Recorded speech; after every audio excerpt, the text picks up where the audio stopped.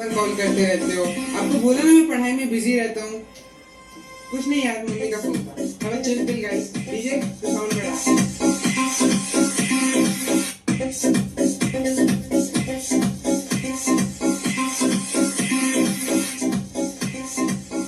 हाँ बेटा, क्या हुआ? पापा, हाँ वो एक्चुअली न्यू सेमेस्टर स्टार्ट हो रहा है ना, तो उसके लिए नए बुक्स खरीदने थे, तो 2000 रुपये चाहिए थे। आप अभी भेज दो ना। ठीक है बेटा, मैं भेजता हूँ। तू चिंता मत कर, अपना ख्याल रख। धीरे धीरे एक साल बीत गया। अब रोहन न तो पढ़ाई करता था, न ही खेलकूद और परीक्षा का समय निकट था। और इस समय रोहन की मानसिक स्थिति एकदम बिगड़ चुकी थी। उसे कुछ भी याद नहीं हो रहा था और इस चिंता और तनाव को कम करने के लिए अंधाधुंध व्यसन, सिगरेट इत्यादि में लगा हुआ था। और अब वह दिन आ गया जब परीक्षा का परिणाम आना था। रोहन अपने जीवन में पहली बार परीक्षा को लेकर के काफी चिंतित और घबराया हुआ था और रोहन परीक्षा में फेल हो गया। Roll number 501, Rohan fail. इसके बाद रोहन के पिताजी का फोन आया और रोहन के पिताजी ने गलत गतिविधियों पर रोक लगाए, घूमना फिरना बंद करवाया एवं पैसे देने कम कर दिए। और यह सब होते हुए रोहन धीरे धीरे अपने जीवन से हार चुका था। तनाव, चिंता, डिप्रेशन की गर्त में जा रहा था और स्वयं को और अपने जीवन लक्ष्य को भुला करके बैठा था। और तरह तरह के नकारात्मक विचार उसके मन में आकर के अपनी जड़ें मजबूत कर रहे थे। ब्रेकिंग न्यूज, कोटा में एक 17 वर्षीय छात्रा ने आत्महत्या की। कारण परीक्षा में असफलता और तनाव और जीने की इच्छा खत्म। क्या हो रहा है यार, तो कुछ भी समझ नहीं आ रहा है। इस सबसे बाहर निकलने का कोई रास्ता नहीं दिख रहा है। शायद अब टाइम आ ही गया है। क्या करूं मैं? शायद किसी ट्रेन के आगे कूद जाऊं या फांसी लगा दूं। नदी में कूद जाता हूं। हाँ, वही सबसे आसान होगा। एक तरफ प्रखर एवं प्रज्ञा अपनी पढ़ाई को करते करते अच्छे इंटर्नशिप को प्राप्त करके अपनी सफलता की ओर बढ़ रहे थे।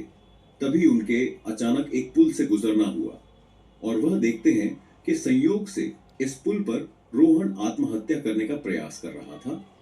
प्रखर, ये तो अपना रोहन है ना? ब्रिज पे चढ़ के क्या कर रहा है? अरे चलो चलो, वो सुसाइड करने जा रहा है। रोहन रुक, क्या करने जा रहा है? छोड़ दो मुझे नहीं जीना है। मुझे मर जाने दो प्लीज। अरे हमारी बात तो सुन, तुझे हमारी दोस्ती की कसम। क्या सुनूं यार, कहने सुनने को बचा ही क्या है अब। अरे मेरी बात सुन, ये पुस्तक है हार ये ना हिम्मत। इसको 30 दिन तू पढ़, रोज एक एक पन्ना पढ़। अगर उसके बाद भी कुछ आउटपुट नहीं मिला तो जो तेरी मर्जी करना हो कर, पर लेकिन इसको तू पहले पढ़ प्लीज। तेरे लिए नहीं बट हमारी दोस्ती के लिए पढ़, लेकिन तू पढ़। बीच बीच में मैं तुम्हें बात करता रहूंगा, बुलाता रहूंगा, जहाँ बुलाऊंगा वहाँ पे आना। तू हमारा मित्र है रोहन, तू अकेला नहीं, हम सब तुम्हारे साथ हैं। हारिए ना हिम्मत, जो कि विचार थे इस युग के युग ऋषि, वेद मूर्ति, तपोनिष्ठ पंडित श्री राम शर्मा आचार्य जी के। पूज्य गुरुवर की, जो स्वयं ही महाकाल है, मैं भी उन्हें नमन करता हूं। क्योंकि जब जब धरातल पर मनुष्य भटका है, उसकी सोच संकीर्ण हुई है, मानवता लुप्त हुई है, तक पूज्य गुरुवर ने अपना अवतार लिया है। और इस विचार के द्वंद्व के युग में पूज्य गुरुवर प्रज्ञा अवतार के रूप में विचार क्रांति को लेकर आए हैं।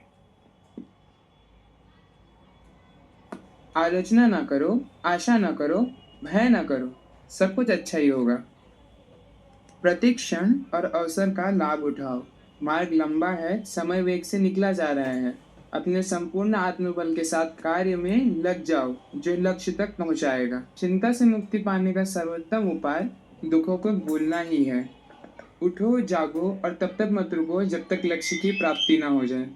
यदि तुम अपनी वर्तमान अप्रिय अवस्था से छुटकारा पाना चाहते हो तो अपनी मानसिक दुर्बलता को दूर भगाओ और अपने अंदर आत्मविश्वास को जागृत करो। अब रोहन धीरे धीरे सकारात्मक विचारों का अनुसरण करने लगा और डिजिटल माध्यम से भी गंदे चलचित्रों को छोड़कर पूज्य गुरुवर के प्रखर शक्तिपुंज आदरणीय डॉक्टर चिन्मय पंड्या जी के उद्बोधन को सुनने लगा। संघर्षों को सौभाग्य की तरह वर्ण करने वाले युवा कहलाते हैं, क्योंकि हमारे देश में युवा उम्र से नहीं दृष्टिकोण से तोले जाते हैं। हमारा देश अद्भुत देश, जिनका जीवन ठहर गया है, जिनका उत्साह ठंडा पड़ गया है, जिनके अंदर क्रांति की संभावनाएं जन्म नहीं लेती, जिनके मन में समाज को बदलने की, संस्कृति को उठाने की, राष्ट्र को बढ़ाने की सोच करवटें नहीं बदलती, जिनकी रगों में उमंग का, उत्साह का, उल्लास का उबाल नहीं आता, जिनके हृदय में दुखियों को, पीड़ितों को देखकर दया नहीं आती, करुणा नहीं आती, वो 18 के हो, 20 के हो, 22 के हो, फर्क नहीं पड़ता, उनका यौवन चला गया है, जवानी खो चुके हैं, वो लोग बूढ़े हो चुके हैं। और वहीं पर यदि व्यक्ति 60 का है, 80 का है, 90 का है, 120 का है, यदि उसके मन में राष्ट्र के निर्माण की, संस्कृति के उत्थान की, यौगिक उत्कर्ष की बात आती है, तो हमारी दृष्टि में युवा है, क्योंकि हमारा देश उमंग से, उत्साह से, उल्लास से ओतप्रोत युवाओं का देश। धरती के कोने कोने में, गली गली में जाएंगे,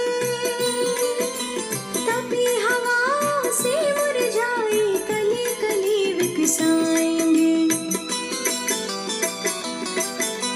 धरती के कोने कोने में, गली गली में जाएंगे,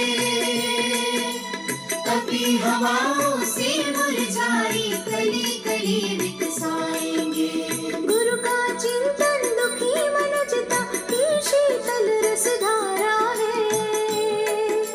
गुरु का चिंतन दुखी मनुजता की शीतल रसधारा है।